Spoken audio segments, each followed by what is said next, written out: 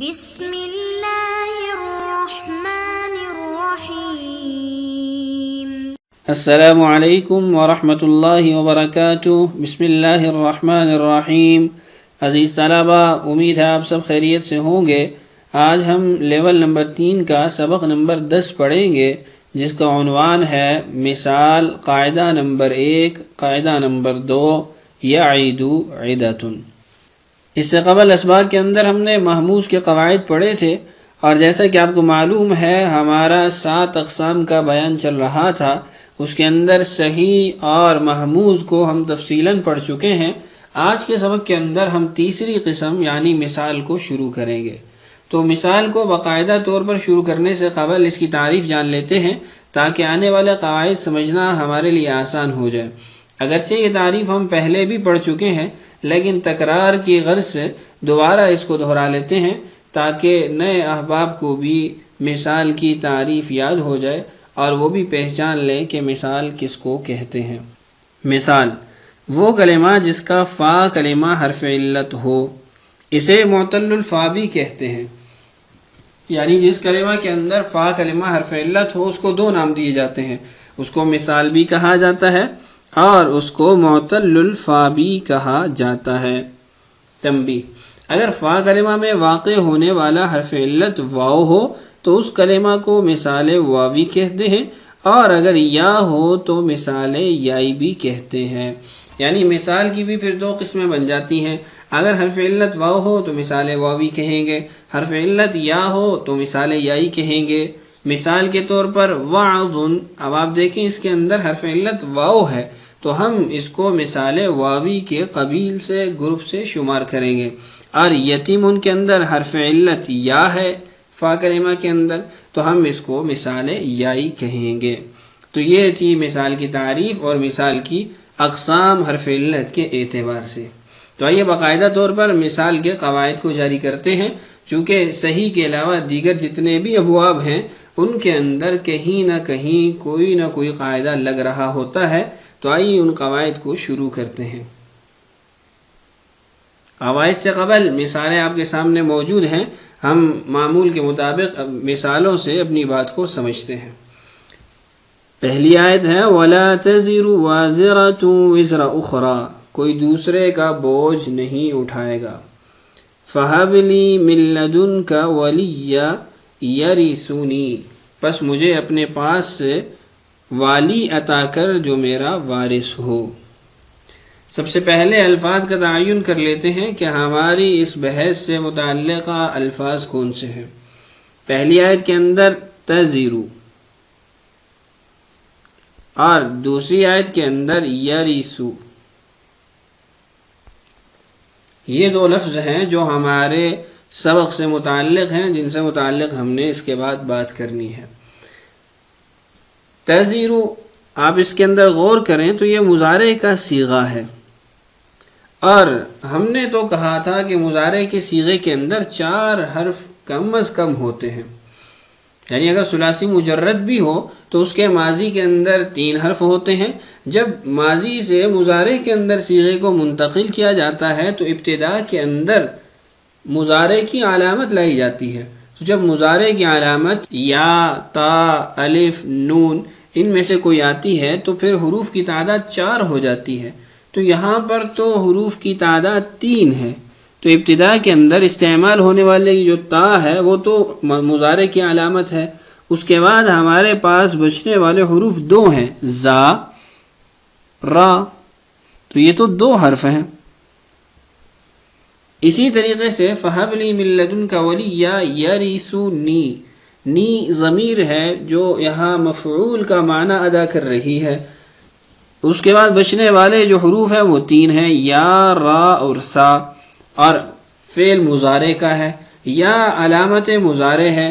اس کے بعد ہمارے پاس 2 حرف بچتے ہیں، را اور سا، تو یہ بھی 2 حرف ہیں۔ اب یہ کیسا مضارع کا صیغہ ہے جس کے اندر اپنے حروف 2 پائے جا رہے ہیں؟ تو یہ جاننے کے لیے ہم قاعدہ پڑھتے ہیں، جس سے ہمیں یہ معلوم ہوگا کہ یہاں پر جو حروف تھے وہ 2 نہیں بلکہ 3 تھے۔ ان 3 حروف میں سے ایک حرف حذف کیا گیا ہے کس قاعدے کے تحت حذف کیا گیا ہے وہ ہم آگے پڑھ لیتے ہیں. تو آئیے قاعدہ پڑھ کے جانتے ہیں کہ ان مثالوں کے اندر حروف کی تعداد کم کیوں ہے. قاعدہ نمبر 1، قاعدے کا نام ہے یعید. جو واو علامت مضارع مفتوح اور کسرہ عین کے درمیان واقع ہو حذف ہو جاتا ہے. یعنی مثال واوی کے اندر اگر علامت مضارع مفتوح اور اس کا جو عین کلمہ ہے وہ مکسور ہے، ان دونوں کے درمیان آنے والا جو واو ہوگا اس کو حذف کر دیا جائے گا. علامت مضارع مفتوح سے مراد یہ ہے کہ باب افعال کے اندر علامت مضارع تو موجود ہوتی ہے لیکن مضموم ہوتی ہے، یعنی پیش ہوتی ہے. اکرم یکرم، تو وہاں پر علامت مضارع پہ پیش ہے. مفتوح زبر کو کہتے ہیں. تو یہ ثلاثی مجرد کے ابواب سے متعلق ہو گیا، یا دیگر وہ ابواب جن کے اندر علامت مضارع وہ فتح والی ہوتی ہے، زبر والی ہوتی ہے. اور دوسری چیز کسرہ عین، یعنی عین کلمہ کے نیچے زیر ہو. تو ان دونوں کے درمیان میں واقع ہونے والا واو حذف کر دیا جاتا ہے. جیسے یعید اصل میں تھا یوعید،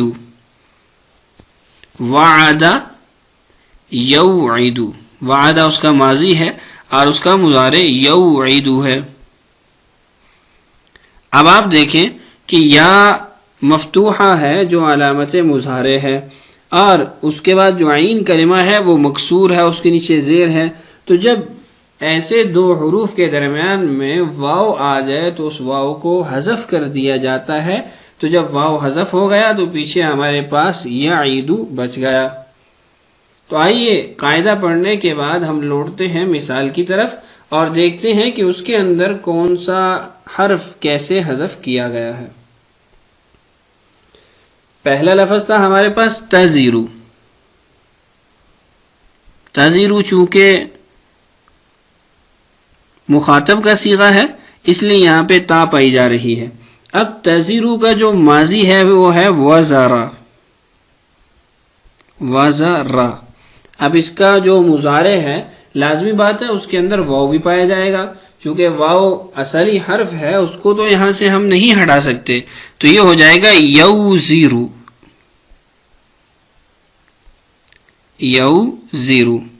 اب ہم نے کہا کہ اگر واو مثال کا جو واو ہے وہ علامت مضارع اور عین کلمہ مکسور ہو، ان دونوں کے درمیان آ جائے تو ہم اس کو حذف کر دیں گے. جب اس کو حذف کیا تو ہمارے پاس جو پیچھے حروف باقی رہے وہ یزیرو ہے، جس کا مخاطب کا صیغہ وہ تزیرو بنا. اسی طریقے سے دوسرا فعل تھا یریسونی، یریسو. اب یریسو کے اندر اصل میں ہے یوریسو. اب یہاں پہ بھی جو واو کو حذف کیا گیا ہے وہ اس لیے کیا گیا ہے کہ واو وہ مفتوح علامت مضارع اور عین مکسور کلمہ کے درمیان میں واقع ہوا ہے، تو ہم نے اس کو حذف کیا تو یہ یریسو بن گیا. تو یہ تھا قاعدہ جس کو ہم نے اپنی مثالوں پہ بھی لاگو کیا. تو ولا تزیرو اصل میں تھا ولا توزیرو، اور یریسو اصل میں تھا یوریسو. تو واو کو دونوں کے اندر حذف کیا گیا ہے قاعدہ نمبر 1 کے بنا پر. آئیے آگے پڑھتے ہیں کہ آگے فائدہ کے اندر کیا بات لکھی ہوئی ہے. فائدہ یہابو اور یضعو سے واو اس واسطے گرا کہ عین کلمہ ان کا بھی دراصل مکسور تھا، مگر عین اور لام کلمہ کے حروف حلقی ہونے کے باعث ان کو با فتح یفتحو میں لائے اور کسرہ عین کو فتحہ سے بدلا گیا. یہاں پر ایک نئی اصطلاح استعمال ہوئے، حروف حلقی. حروف حلقی 6 حروف کے مجموعے کو کہا جاتا ہے: حمزہ، ہا، عین، حا، غین، خا. یہ 6 حروف ہیں، ان کو حروف حلقی کہا جاتا ہے. اب عین اور لام کلمہ میں جب حروف حلقی پائے گئے تو ہم نے جو کسرہ عین تھی اس کو ظاہراً فتح کے اندر تبدیل کر دیا. تو جب ان کو تبدیل کیا تو دیکھنے میں تو وہ کسرہ نہیں نظر آ رہی، لیکن حقیقت میں ان کے اندر کسرہ موجود ہے. تو اس لیے اصل میں تھا یوہبو، پھر حروف حلقی کی وجہ سے ہم نے ان کو یہیبو کی جگہ یہبو لکھا، اور یضعو بھی اصل میں یوضعو تھا، لیکن حروف حلقی کی وجہ سے ہم نے یضعو سے یضعو لکھا. تو یہ تھا قاعدہ نمبر 1، جس کے اندر ہم نے یہ جانا کہ مضارع کے اندر جب مثال کا کوئی صیغہ ہو تو اس سے واو کب حذف کی جائے گی. یہ تھا ہمارا پہلا قاعدہ. آئیے آگے مزید قواعد کو جانتے ہیں اور مثال سے ہی بات کو سمجھتے ہیں. پہلی مثال ہے لا تاخذہ سنۃ ولا نوم. دوسری مثال رواة البخاری ثقۃ من رواة الکتب الاخری. سب سے پہلے ان الفاظ کا تعین کرتے ہیں جو ہمارے اس سبق کے اندر محل بحث ہیں. لا تاخذہ سنۃ ولا نوم، اس کے اندر لفظ سنۃ یہ ہمارا محل بحث ہے.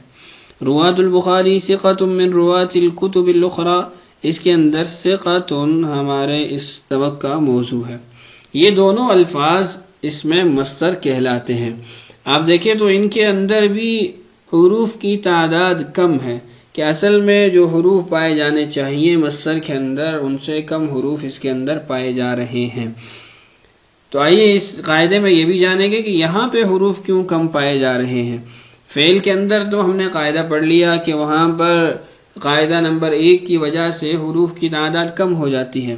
تو یہاں پر مصدر کے اندر کیوں کم ہوئی یہ ہم قاعدے میں جانتے ہیں، پھر اس کے بعد لوٹیں گے اپنی مثالوں کی طرف اور اس قاعدے کو ان مثالوں پر جاری کریں گے.